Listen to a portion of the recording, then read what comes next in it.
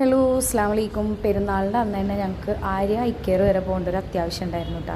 അത്യാവശ്യമല്ല, 2 ദിവസമായി ആശിമിൻ്റെ കണ്ണിൽ ചുള്ളിക്കമ്പ് കുത്തി കയറിയിട്ട് നല്ലൊരു ഇഞ്ചുറി പറ്റിയിട്ടുണ്ടായിരുന്നു. അപ്പോൾ ഇപ്പോൾ ആൾക്ക് നല്ല തലവേദന ഉണ്ട്. അപ്പോൾ ഇത് തായകുളങ്ങരയുള്ള ആര്യ ഐക്കറാണ് കേട്ടോ.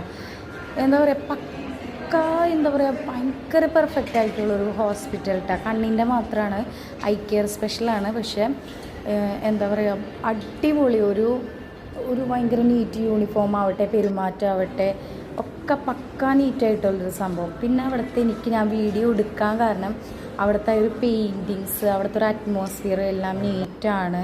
പിന്നെ കുറേ തോട്ടുകൾ, കുഞ്ഞി തോട്ടുകൾ എഴുതി വെച്ചിരിക്കണം, നല്ല രസമുണ്ട് അതൊക്കെ വായിക്കാനായിട്ട്. അങ്ങനെ ഞാനൊരു തോട്ടിനെ കുറിച്ച് പറഞ്ഞുതരാം കേട്ടോ, കുറച്ച് കഴിയുമ്പോൾ അത് വരും. അപ്പോൾ എനിക്കിതൊക്കെ കണ്ടപ്പോൾ ഒരു ഭയങ്കര അവിടുത്തെ പെയിൻറ്റിങ് ആവട്ടെ എല്ലാതും.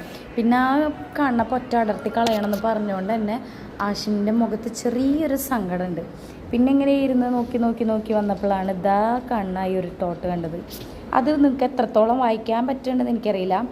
Men to be the left because woman is right എന്നാ, womans are right, all right എന്നാ, അങ്ങനെ എന്തോ ആയിരുന്നു അത്, ഓൾവേസ് റൈറ്റ് എന്നാ. അങ്ങനെ ആ ഒരു തോട്ടിനോട് യോജിക്കുന്ന എത്ര പേരുണ്ട്, ഗേൾസ് ആവട്ടെ ബോയ്സ് ആവട്ടെ, ഉണ്ടെങ്കിൽ ഒന്ന് കമൻറ്റ് ചെയ്യാം.